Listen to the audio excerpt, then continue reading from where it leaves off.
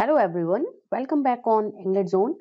आज की क्लास में हम डिस्कस करने वाले हैं फिगर्स ऑफ स्पीच, जो कि होगा आपका UP TGT, PGT, DSSB, KVS, LT grade and all other English literature related exams. या आपका जनरल इंग्लिश का पेपर होता है, जनरल इंग्लिश के जो सेक्शन से क्वेश्चंस आते हैं उसमें भी आपका ग्रामर पूछा जाता है। तो फिगर्स ऑफ स्पीच से रिलेटेड आज का जो MCQ है वो बहुत ही इंपॉर्टेंट है, क्योंकि यहाँ पे हम कुछ ऐसे एमसीक्यूज को लेकर के आए हुए हैं आप सभी के लिए, जो कि डेफिनेशन से भी रिलेटेड है कि डेफिनेशन अगर पूछी जाती है तो वो एमसीक्यूज के फॉर्म में किस तरीके से पूछी जाती है, और साथ ही साथ एग्जाम्पल पूछा जाता है तो वो किस तरीके से आपके एग्जाम में उससे क्वेश्चन बनते हैं।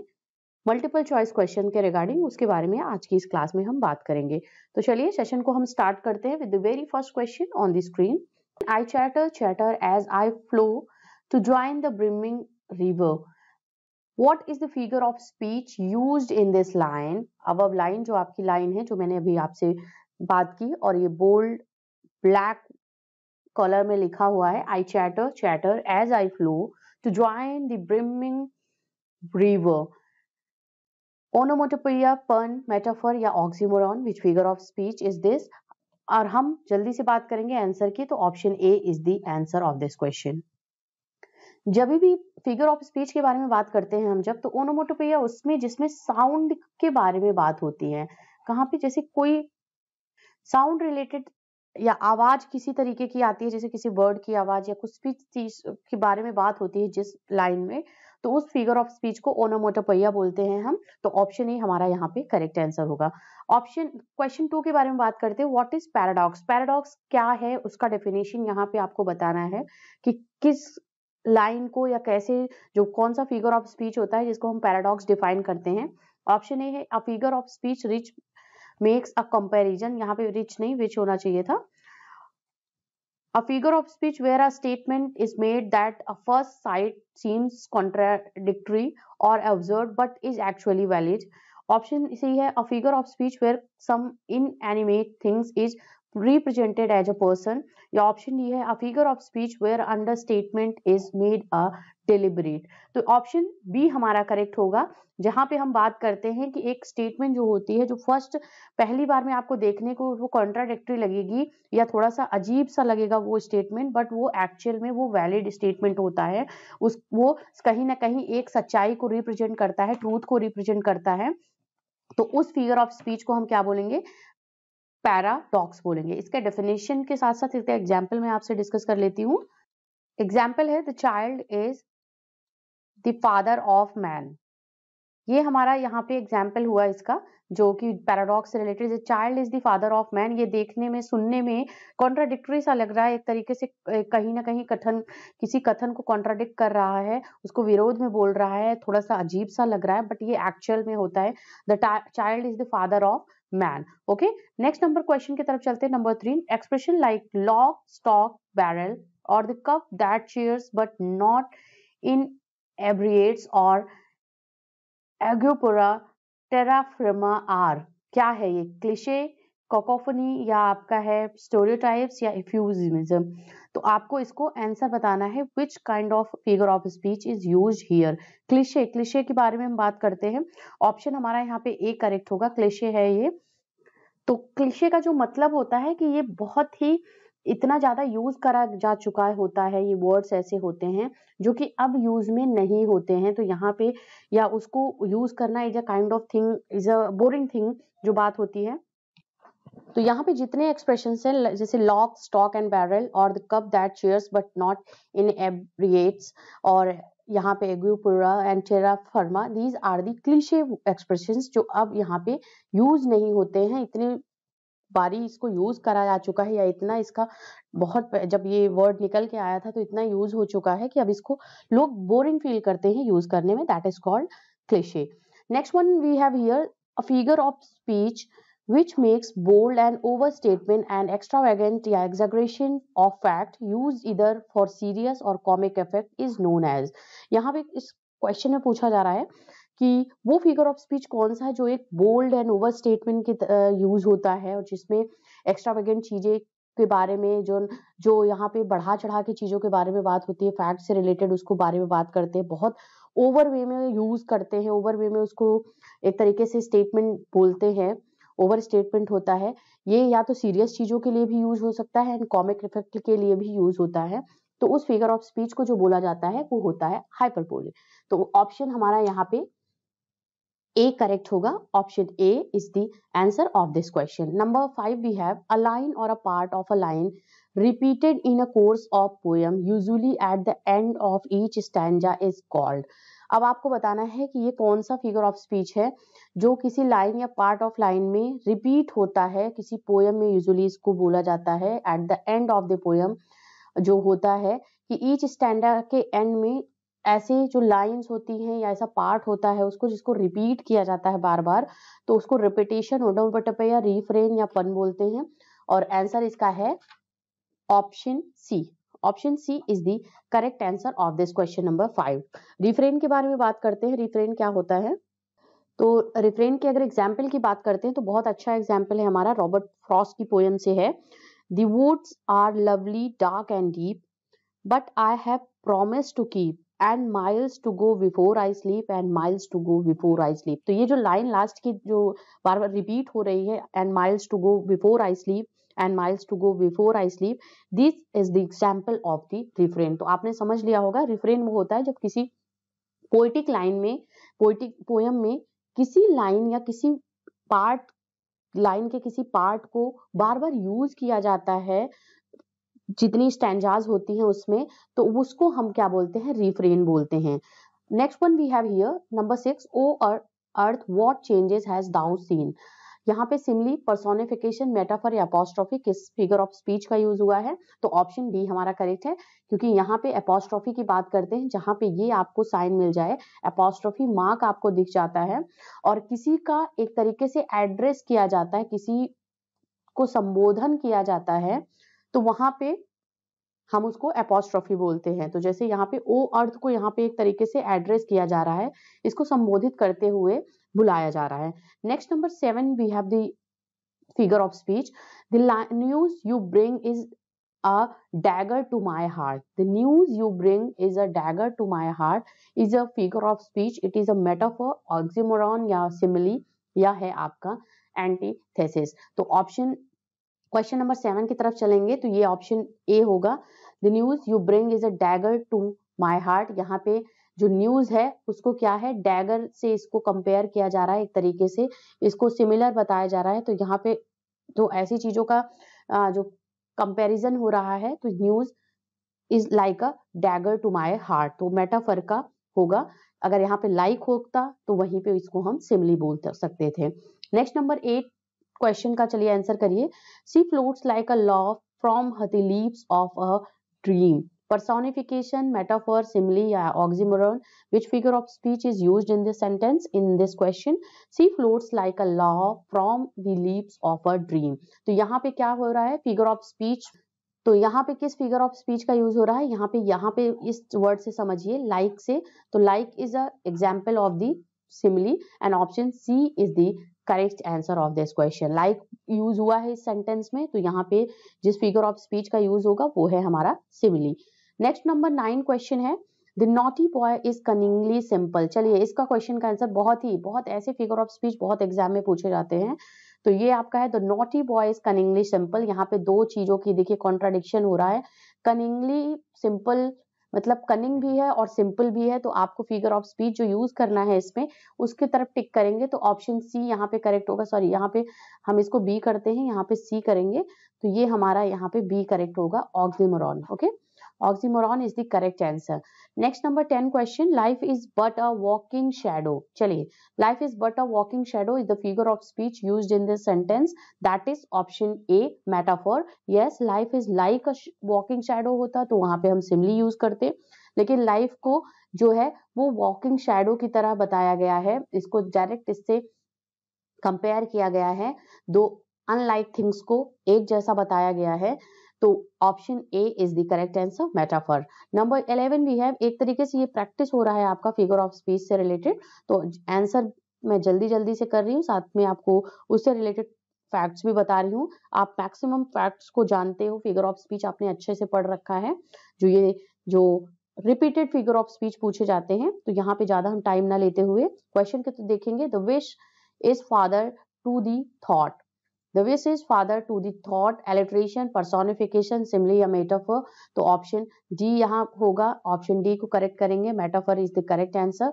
नेक्स्ट नंबर 12 क्वेश्चन है, O judgement thou are flee to brutish बीस।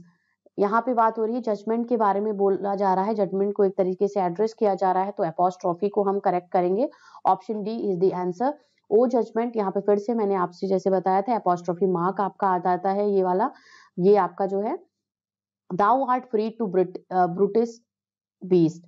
Next number question number 13 we have authority forgets a dying king, बहुत ही रिपीटेड ये है, तो आपका ये यहाँ पे जो क्वेश्चन बनता है, authority forgets a dying king, personification, apostrophe, hyperbole या मेटाफर। यहाँ पे अथॉरिटी को क्या बोला जा रहा है, एक डाइंग किंग की तरह बोला जा रहा है, उसमें एक तरीके से जान के बारे में बात है, एक लिविंग पर्सन के रूप में या लिविंग थिंग के रूप में उसको रिप्रेजेंट किया जा रहा है, इसीलिए हम पर्सोनिफिकेशन पे यहाँ पे टिक करेंगे, ऑप्शन ए हमारा करेक्ट होगा। नंबर 14 फ्रेलिटी दायर नेम इज वुमन, ये भी बहुत ही फेमस कोटेशन है, फेमस लाइन है और फेमस फिगर ऑफ स्पीच में भी यूज होता है आपका, तो आपको बताना है कि इसमें कौन सा ये फिगर ऑफ स्पीच को बोला गया है, फ्रेलिटी दायर name is woman, woman, apostrophe, oxymoron, personification या मेटाफर। ऑप्शन यहाँ पे हम बोलेंगे एपोस्ट्रोफी को बोलेंगे, option A is the correct answer, क्योंकि फ्रेलिटी को कहीं ना कहीं एक तरीके से संबोधित किया जा रहा है, यहाँ पे देखिए संबोधन बोला जा रहा है, अबला ओ अबला, इसलिए बोला जा रहा है क्योंकि ये लाइन किसकी है, हैमलेट प्ले से ली गई है, हैमलेट की स्पीच है जो अपनी मदर के लिए बोलता है, तो अबला तेरा नाम ही नारी है, अबला को क्या किया जा रहा है यहाँ पे, कमजोरी को एक तरीके से संबोधित किया जा रहा है, जो वीकनेस होती है, जो विमेन की वीकनेस होती है, उसको कहीं ना कहीं यहाँ पे संबोधित किया जा रहा है, and that's why option A would be the correct answer. इसको आप पर्सोनिफिकेशन मत टिक करिएगा, ये अपोस्ट्रोफी आएगा। नेक्स्ट नंबर 15 क्वेश्चन, ही लुक स्मार्ट दो he is at the sunset of his life is the figure of speech. देखिए यहाँ पे बहुत अच्छी लाइन है, वो अभी भी इतना स्मार्ट दिखता है, लेकिन वो अपनी sunset of life, his life के बारे में बात हो रही है कि मीन्स वो अपनी बुढ़ापे में, मतलब अपने लास्ट एज के अपने लास्ट पड़ाव पे है, बट अभी भी वो बहुत ही स्मार्ट दिखते हैं। मेटाफर, सिमिली, आयरनी या पन, किसका यूज करा, ऑप्शन ए पे टिक किया हुआ है, मेटाफर की बात करते हैं, मेटाफर है क्योंकि यहाँ पे उसकी जो लास्ट एज है, मतलब उसका जो बुढ़ापा है, ओल्ड एज को किससे कंपेयर किया जा रहा है, सनसेट ऑफ हिज लाइफ से किया जा रहा है, सनसेट से किया जा रहा है ओल्ड एज को कंपेयर, तो यहाँ पे इसीलिए हम बात करते दो अनलाइक या डिसिमिलर चीजों को एक सिमिलर बताया जा रहा है कंपेयर करके, तो ऑप्शन ए करेक्ट होगा, metaphor. Next number question, here we have the number 16, alliteration may be defined as, alliteration के बारे में बात हो रही है कि एलिट्रेशन को हम किस तरीके से डिफाइन कर सकते हैं, लिटरेरी एप्टीट्यूड या है लिटरेरी जॉनर और repetition of speech sound in a sequence of words या नन ऑफ दीज। तो एलिट्रेशन के बारे में अगर हम बात करते हैं तो बहुत इजी इसका हम आंसर है, जहां पे किसी भी सिलेबल, जैसे यहाँ पे एलिट्रेशन को ऑप्शन सी हम करेक्ट करेंगे, किसी लेटर या स्पीच या साउंड का जो सेम लेटर्स होते हैं उनका जो रिपीटेशन होता है, सीक्वेंस होता है बिगनिंग से लेकर के एंड तक या 2-3 वर्ड्स में, तो उसको हम बोलते हैं एलिट्रेशन। जैसे इसका एग्जाम्पल की बात करते हैं, in a summer season when soft was the sun, ठीक है, in the summer season when soft was the sun, ये एलिट्रेशन होगा। रिपीटेशन की बात करते हैं तो वहां पे वर्ड का रिपीटेशन होता है, लेकिन एलिट्रेशन में आपका साउंड या एक स्पीच का या सिलेबल का यहाँ पे बात होती है, लेकिन वहीं पे अगर हम रिपीटेशन के बारे में बात करेंगे, किसकी रिपीटेशन, फिगर ऑफ स्पीच के बारे में बात करते हैं, तो रिपीटेशन में क्या होता है, वर्ड का रिपीटेशन होता है, वर्ड इज रिपीटेड, ओके। ये आप यहाँ पे इन दोनों में डिफरेंस समझ लीजिएगा, एलिट्रेशन एंड रिपीटेशन में। तो ऑप्शन सी हमारा यहाँ पे करेक्ट होगा, एलिट्रेशन की बात कर रहे हैं, a repetition of speech sound in a sequence of words. Next number question, number 17. The Puritan had been rescued by no common deliverer from the grasp of no common foe. This figure of speech is litertus, oxymoron, pun and irony. तो option हम यहाँ पे A को correct करेंगे, litotes is the figure of speech used in this sentence. Litotes के बारे में बात करते हैं, क्या है ये, लैटिट्यूड्स के बारे में बात करते हैं तो ये फिगर ऑफ स्पीच वो होता है जहाँ पे किसी पॉजिटिव चीज के बारे में या अफर्मेटिव चीज के बारे में बात होती है, किस चीज के लिए निगेटिव वर्ड्स को यूज करके या निगेटिव चीजों को यूज करके उसमें हम अफर्मेशन के बारे में बात करते हैं, अफर्मेटिव चीज के बारे में बात करते हैं।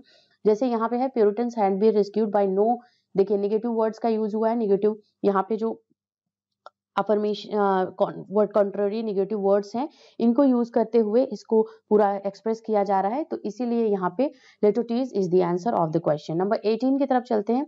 Kill the boys and the luggage is example in this example the use of a single word kill stands in the same grammatical relation to boys and luggage is the example of zygoma, pathetic fallacy या oxymoron या apostrophe है।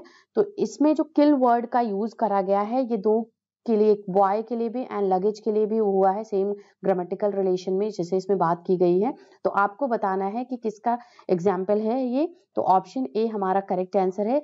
ज़ुगुमा का example है यहाँ पे जो किल को use करते हुए किया गया है।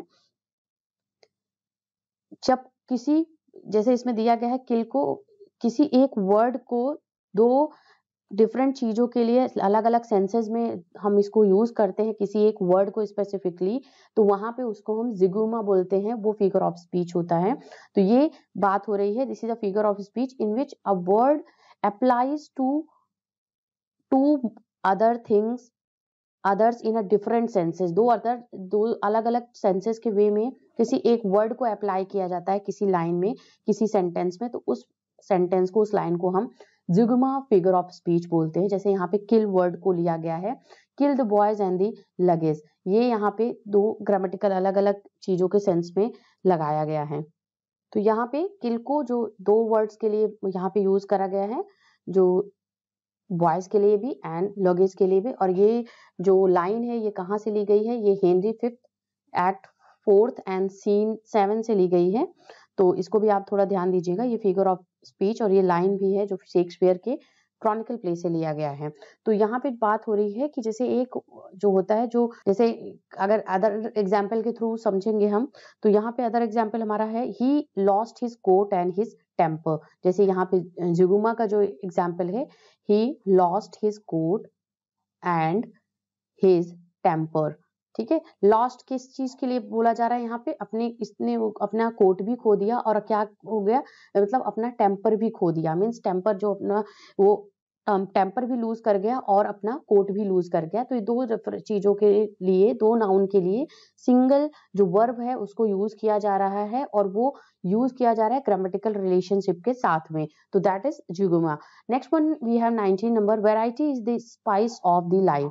Variety is the spice of life, which figure of speech used in this line, that is option B, C यहाँ पे होगा हमारा मेटाफर, ऑप्शन सी होगा, इस पे हम सी पे टिक करेंगे। Variety is the spice of the life, option C हमारा जो होगा वो हमारा करेक्ट आंसर है। Next one we have choose the correct figure of speech.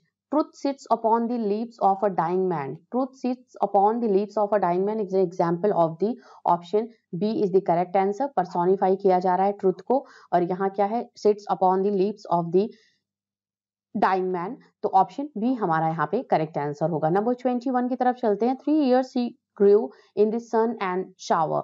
sun and shower में 3 साल वो मतलब बढ़ी हुई है, तो option 3 years she grew in sunshine means open area में या ओपन एक जगह पे वो बढ़ी हुई है, और ये लाइन जहां से है ये शेक्सपियर वर्ड्सवर्थ की लाइन है, वर्ड्सवर्थ की लूसी पोएम से ली गई है ये लाइन। तो option A metaphor, alliteration, hyperbole या एंटीथेसिस, किसके बारे में हम बात कर रहे हैं यहाँ पे। तो फ्रेंड्स इस लाइन में जो फिगर ऑफ स्पीच का यूज हुआ है वो है हमारा एलिट्रेशन।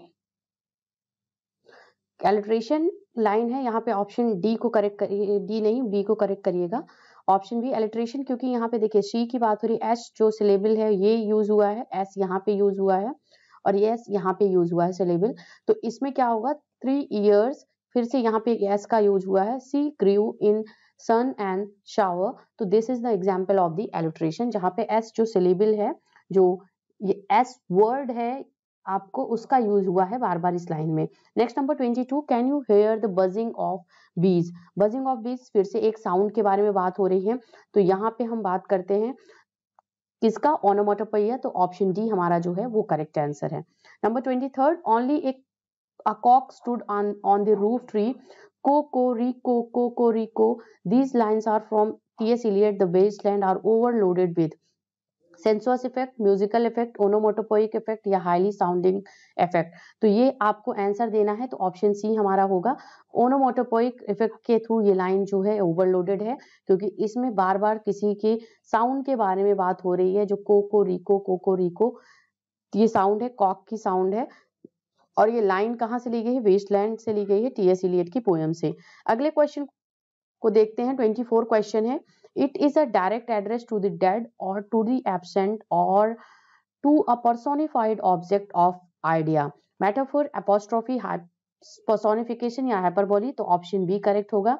एपोस्ट्रोफी के बारे में बात हो रही है, किसी डायरेक्ट डेड पर्सन को एड्रेस करते हुए एब्सेंट या पर्सोनिफाइड ऑब्जेक्ट को जहां पे एड्रेस किया जाता है, एड्रेस की स्पेसिफिकली बात आती है। एड्रेस डायरेक्ट एड्रेस होता है, संबोधन होता है, तो वहां पे हम क्या बोलते हैं? उसको हम बोलते हैं एपोस्ट्रोफी, और एपोस्ट्रोफी मार्क के साथ में वो आता है, ये रहा मार्क।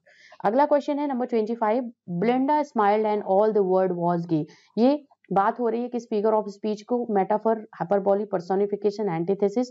तो हाइपरबोली की बात हो रही है, ऑप्शन बी को हम करेक्ट करेंगे, क्योंकि ब्लेंडा की स्माइल की बात हो रही है कि ब्लेंडा हंसी और पूरा जो संसार था, पूरा वर्ल्ड था, वो खुश हो गया। तो ये कहीं ना कहीं एक तरीके से ओवर स्टेटमेंट है, और ओवर स्टेटमेंट के बारे में हमने पढ़ा हुआ है। जहां पे ओवर स्टेटमेंट या ओवरलोडेड वर्ड्स होते हैं, ओवर एग्जैगरेट करके किसी चीज को बहुत बढ़ा चढ़ा के किसी चीज को बताया जाता है, तो उस पे हम हाइपरबोली फिगर ऑफ स्पीच का यूज करते हैं। तो इसीलिए ऑप्शन बी को करेक्ट करेंगे।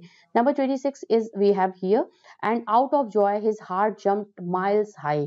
फिर से हम किस बारे में बात कर रहे हैं? यहाँ पे एग्जैगरेट कर रहे हैं, ओवर स्टेटमेंट हो रहा है।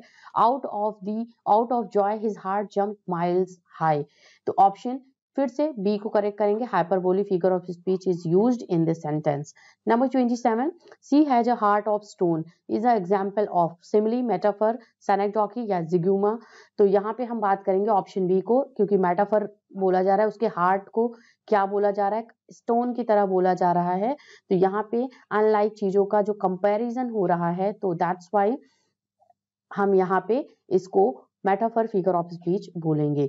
Next one we have the tea is ice cold, figure of speech is use. The tea is ice cold, pun, simile, hyperbole या ऑक्सीमोरॉन। तो ऑप्शन डी होगा, क्योंकि टी जो है वो खुद में गर्म होता है, ये हॉट होता है, और यहाँ पे क्या दिया गया है? Is ice cold. इसको क्या है? एक ही सेंटेंस में जब दो कंट्रास्ट चीजों का इंक्लूजन होता है, मेंशन होता है, तो उसमें हम क्या बोलते हैं? एक दूसरे को कंट्रास्ट करते हैं एक ही सेंटेंस में दो वर्ड्स, तो उसको हम फिगर ऑफ स्पीच ऑक्सीमोरॉन बोलेंगे। इससे रिलेटेड वीडियो आपके लिए है, आप इस चैनल पे जाकर के यहाँ पे आपको दिख रहा होगा ऑक्सीमोरॉन, पैराडॉक्स और एंटीथेसिस में क्या डिफरेंस है, उसके बारे में हमने इस पे बात की है इस वीडियो में। इस वीडियो को जरूर आप एक बार चेक कर लीजिएगा।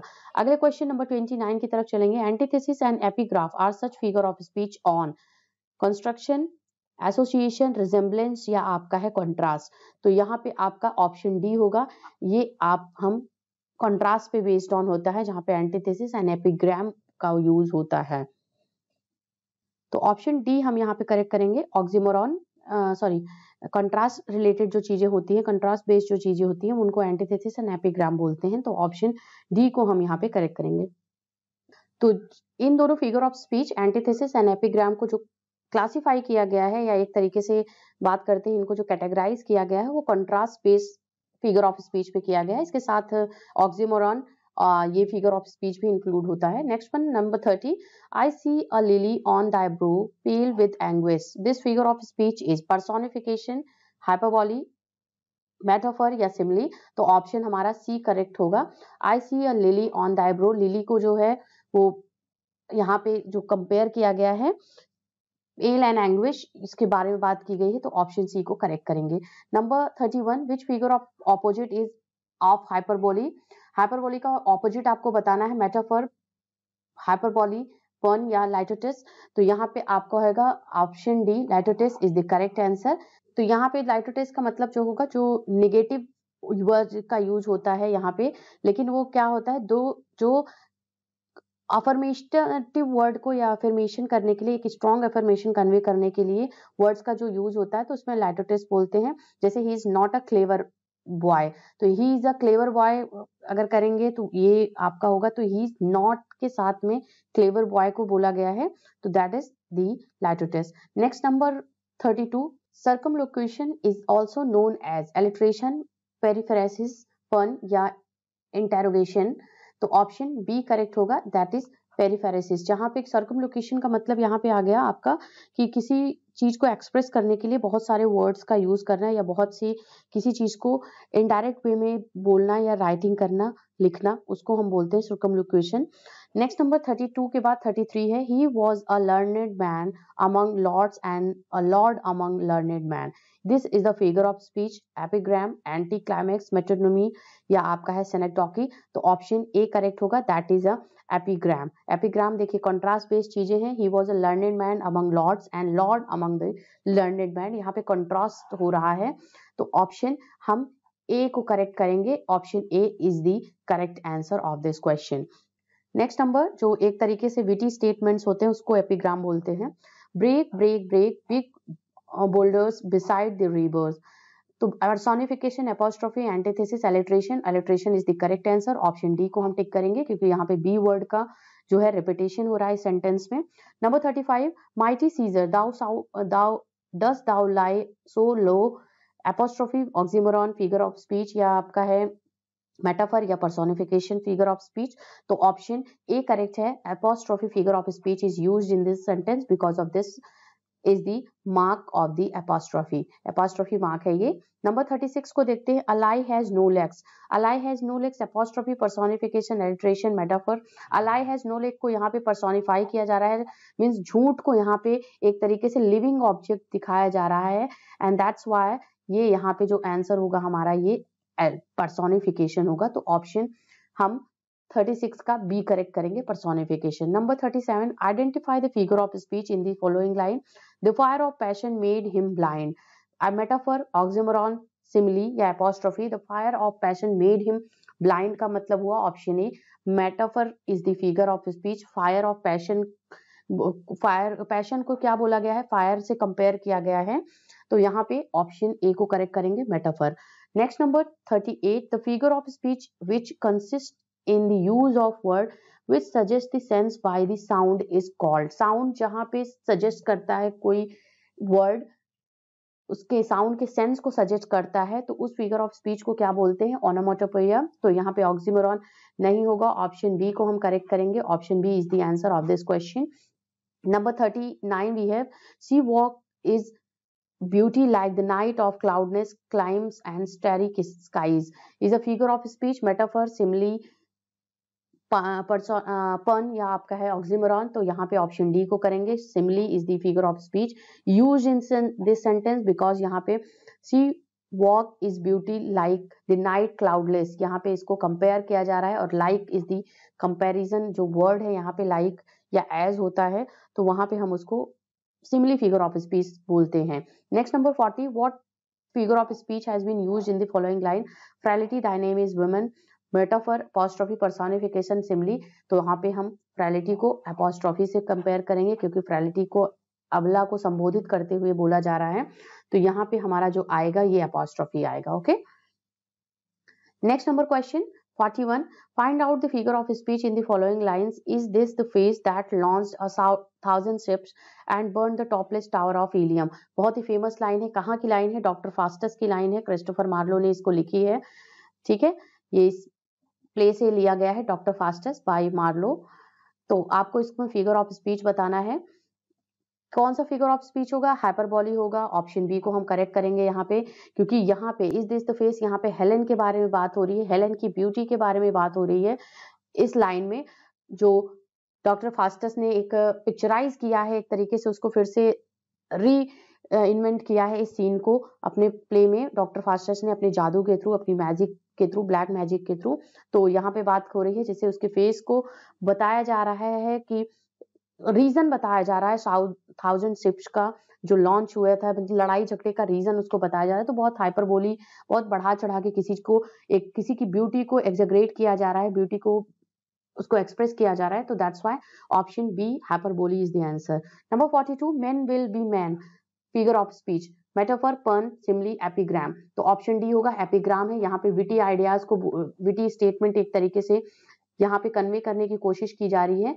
एंड जहाँ पे हम किसी मैक्सिमम जो सेंसेस होते हैं, वर्ड्स होते हैं, उसको मैक्सिमम स्पेस को कन्वे किया जाता है, फ्यू वर्ड्स के साथ कन्वे करने की कोशिश करते हैं। मैन विल बी मैन, यहाँ पे जो लाइन है that is the figure of speech used in the epigram. तो जैसे हम बोलेंगे a child is the father of man, या art lies in the concealing art, vision is the art of seeing things invisible. तो ये चीजें witty statements हैं जिसमें बहुत ऐसी जो आप एक्सप्रेस करना चाहते हो किसी चीज को, किसी सेंस को जो बहुत मैक्सिमम वे में आप उसको एक्सप्रेस करना चाहते हो, बस उसको कन्वे करने के लिए एक आप बहुत ही शॉर्ट स्टेटमेंट बोलते हो, बहुत छोटा स्टेटमेंट बोलते हो, लेकिन उसका मतलब मीनिंग बहुत बड़ा होता है। तो that is the epigram figure of speech. Next one 43 just for a handful of silver he left us. This figure of speech is used, ऐसा आपको बताना है, स्पर्न, सेनेक्डोकी, सिमली या नन ऑफ दीज। तो यहाँ पे ऑप्शन बी हमारा होगा, synecdoche is the answer. Just for a handful of silver he left us means यहाँ पे ये ब्राउनिंग की लाइन है, ब्राउनिंग के पोयम लॉस्ट लीडर से ली गई है। लॉस्ट लीडर पोयम का नेम है। किसके लिए बोला गया है? ये बोला गया है वर्ड्सवर्थ के लिए, जब उन्होंने फेलोशिप जो एक लॉरियटशिप थी वो एक्सेप्ट कर ली थी। तो यहाँ पे just for a handful of silver he left us, just for handful of silver का मतलब हुआ means just for reputation and money he left अस। तो यहाँ पे ऑप्शन बी को करेक्ट करेंगे, सेनेक्डोकी, जिसमें आपका होता है कि किसी पार्ट को, होल को एक्सप्रेस करने के लिए यूज होता है। जैसे यहाँ पे हैंडफुल ऑफ सिल्वर को मतलब क्या करेंगे, यहाँ पे हम मनी बोलेंगे। ही लेफ्ट अस का मतलब पूरा हुआ कि मीन्स यहाँ पे वर्ड्सवर्थ के बारे में बात हो रही है। अगला 44 क्वेश्चन है, I must be taught my duty and by you, figure of speech is irony, alliteration, simile या pun. Option A correct answer है, आयरनी की बात हो रही है, I must be taught my duty and by you. Next number figure of speech 45. What figure of speech has been used in the following line? Let not ambition mock their useful toil is the figure of speech. जिसमें बात हो रही है हमारा किसकी, personification figure of speech को use करा जा रहा है।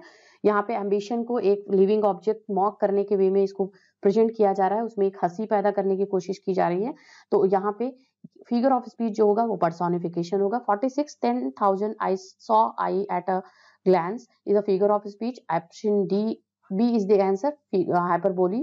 नंबर 46 के बाद 47 की बात करेंगे, yours is the only a lame excuse.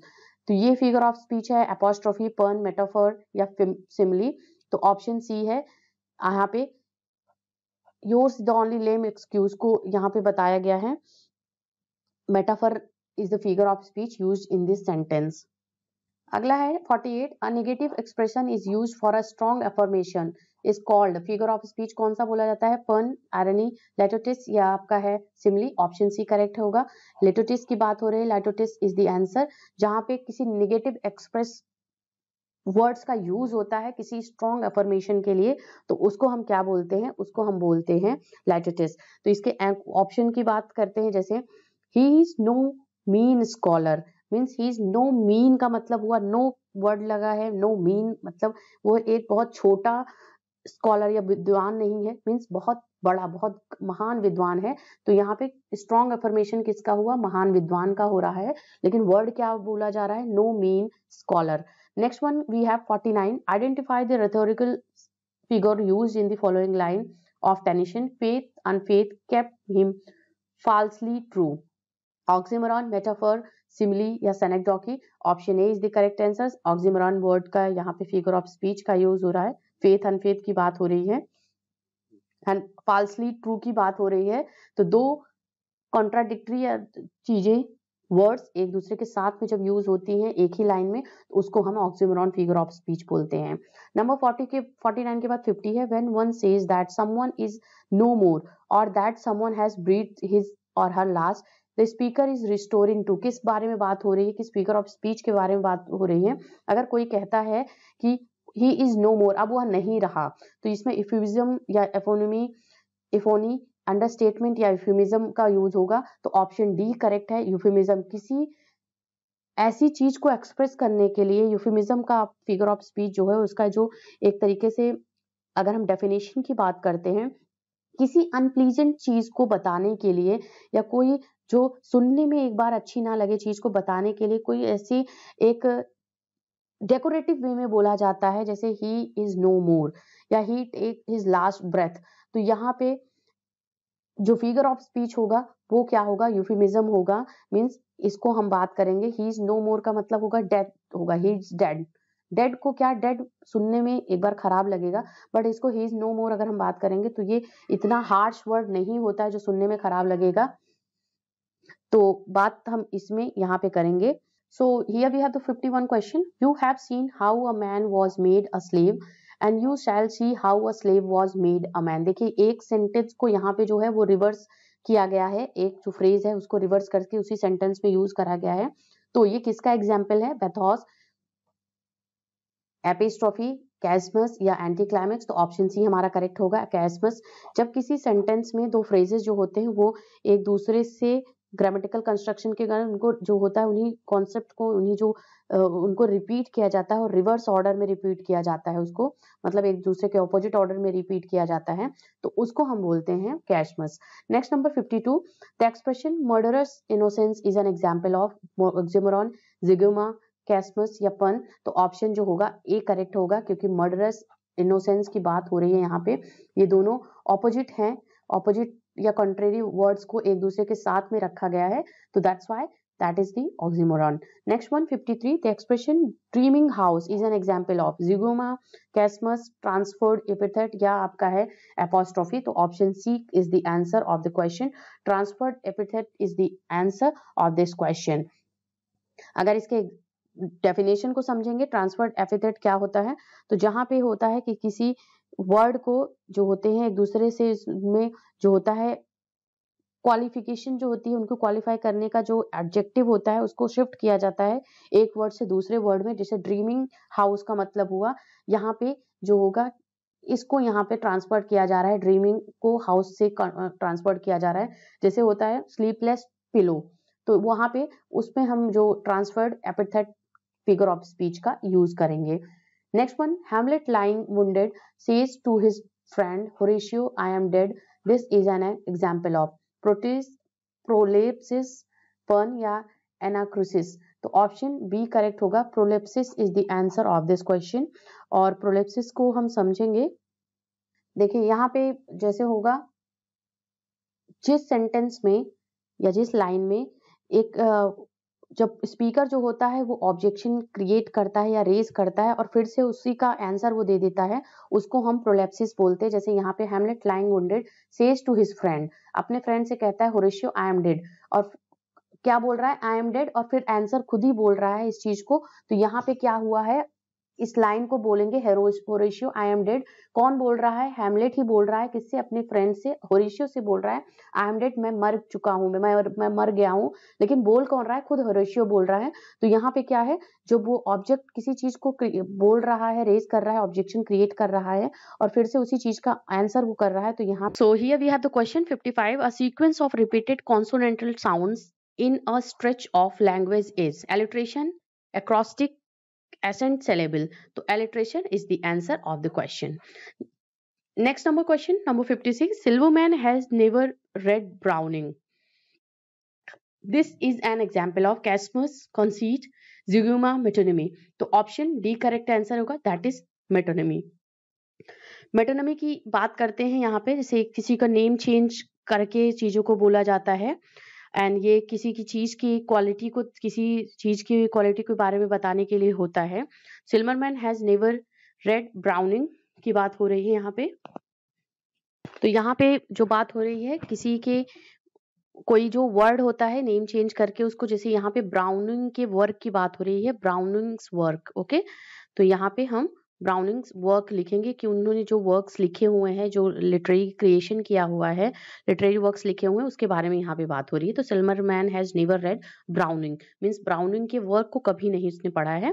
तो ये ऑप्शन मेटोनिमी होगा, जहाँ पे किसी की क्वालिटी को उसके वर्ड के साथ में, किसी चीज के साथ में उसको रेफर किया जाता है और उससे एसोसिएट करके उसको लिखा जाता है, सेंटेंस में यूज करा जाता है, तो उसको हम बोलते हैं metonymy. Next one 57, he is not the brightest man in the world. तो यहाँ पे क्या बताइए, इसका क्या आंसर होगा? कैसमस, हाइपरबोली, लेटोटिस या आपका है सिमली। ऑप्शन सी करेक्ट होगा, लेटोटिस इज द आंसर, क्योंकि यहाँ पे किसी ग्रेट जो अफर्मेशन है, स्ट्रॉन्ग अफर्मेशन को निगेटिव वर्ड्स के साथ में यूज करते हुए बोला जा रहा है। ही is not the brightest man in the world, means he is the brightest, he is not the brightest man का वहां पे जो आंसर आएगा वो आपका होगा लेटोटिस। तो ऑप्शन सी करेक्ट आंसर है। Next one we have the, what do you call a language that appears smooth, pleasant, musical to ear? Euphony, melody, cacophony या harmony? तो option A is the correct answer, euphony is the answer. जो language होती है जो बहुत smooth, pleasant और musical होती है कानों के लिए, जो बहुत एक सुरीली होती है हमारे लिए, उसको हम बोलते हैं euphony. Next number 59, a brief witty word, saying or piece of writing is known as episteme, epigram, epithet या सेमियोटिक्स। तो ऑप्शन यहाँ पे हम करेक्ट इसको बोलेंगे, बी को बोलेंगे, जो हमारा होगा ये एपिग्राम। ठीक है, बी होगा हमारा एपिग्राम। तो option B is the answer, epigram बोलते हैं उसको, जो शॉर्ट विटी ब्रीफ सेइंग्स होती हैं, पीस ऑफ राइटिंग्स होती हैं, उनको हम बोलते हैं epigram. Number 60, why then o brawling love, o love hate, name the figure of speech, simile, metaphor, apostrophe, oxymoron। यहाँ पे हम बोलेंगे जो होगा oxymoron is the correct answer. यहाँ पे ओ लविंग हेट के बारे में बात हो रही है, ओ प्राउडिंग लव के बारे में बात हो रही है, तो इसमें हम ऑक्सीमोरॉन फिगर ऑफ स्पीच का यूज करेंगे। Next number 61, O fame, if I ever took delight in thy praises, figure of speech is used, personification, apostrophe and onomatopoeia, metaphor। Option B is the answer, apostrophe O fame को यहाँ पे address करते हुए लिखा जा रहा है, and that's why option B is the answer. Number 62, interrogation is also known as, interrogation को क्या बोलते हैं? Climax, transferred epithet, letters या rhetorical question। तो ऑप्शन डी होगा, that is called rhetorical question। Interrogation is the thing जिसको हम बोलते हैं rhetorical question।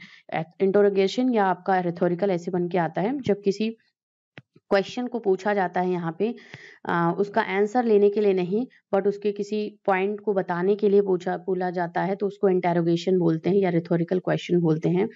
एम, जैसे इसमें एग्जांपल है, am I my brother's keeper, ये है एक तरीके से क्वेश्चन पूछा जा रहा है, बट क्या उसका आंसर लेने के लिए नहीं, कि वो बस कह रहा है am I my brother's keeper, क्या मैं अपने नौकर हूँ अपने भाई का, या ऐसे पूछ के लिए अपने आप को एक तरीके से जस्टिफाई करने के लिए, एक तरीके से अपने आप को बताने के लिए, किसी पॉइंट को मोर इफेक्टिवली उसमें प्रूफ करने के लिए जब वर्ड का यूज होता है, तो उसको हम बोलते हैं इंटेरोगेशन या बोलते हैं rhetorical question. Next number we have the 63. It is a technique in or passage or rhetoric in which a series of phrases or sentence is arranged in increasing order or forcefulness. That is the definition of anticlimax, climax, conceit, latter test. Option B is the answer.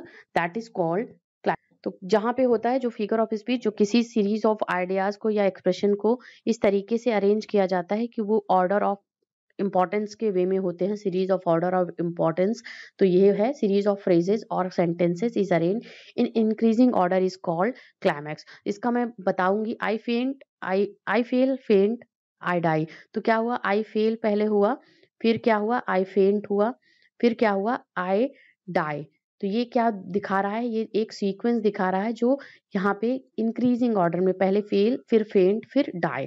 तो this is the answer of the climax figure of speech. Next one we have, pun is identical words, a funny words, play on words या opposite words. आप सभी जानते हो, option C को हम बोलते हैं पन, it is a play on words, that is the answer of this question. अगला क्वेश्चन देखते हैं, number 65, what figure of speech has been used in the following line? Rascals and ran a race round and round, rugged rock. Alliteration, onomatopoeia, apostrophe या hyperbole, option A is the answer. Alliteration, यहाँ पे are जो word है, syllable है, इसका बार बार use, repetition हो रहा है, बार बार यूज हो रहा है, that's why it is a alliteration. Number 66, a statement or opinion seemingly self-contradictory or absurd that may actually be well-founded or true is called paradox. Option C को हम correct करेंगे। जो एक स्टेटमेंट या ओपिनियन होता है जो सेल्फ कॉन्ट्राडिक्टरी भी होता है, एक तरीके से अजीब होता है, इसके बारे में हमने स्टार्टिंग में ही बात कर ली थी, बट वो कहीं ना कहीं एक्चुअल होता है, वो कहीं ना कहीं ट्रू होता है, उसको बारे में जो बात करते हैं figure of speech, that is called paradox. Paradox के बाद जैसे the child is the father of man. Okay, next number 67, which of the following is a direct address to an absent person और टू एन एब्स्ट्रैक्ट और inanimate entity is called, that is called apostrophe. Option D is the answer.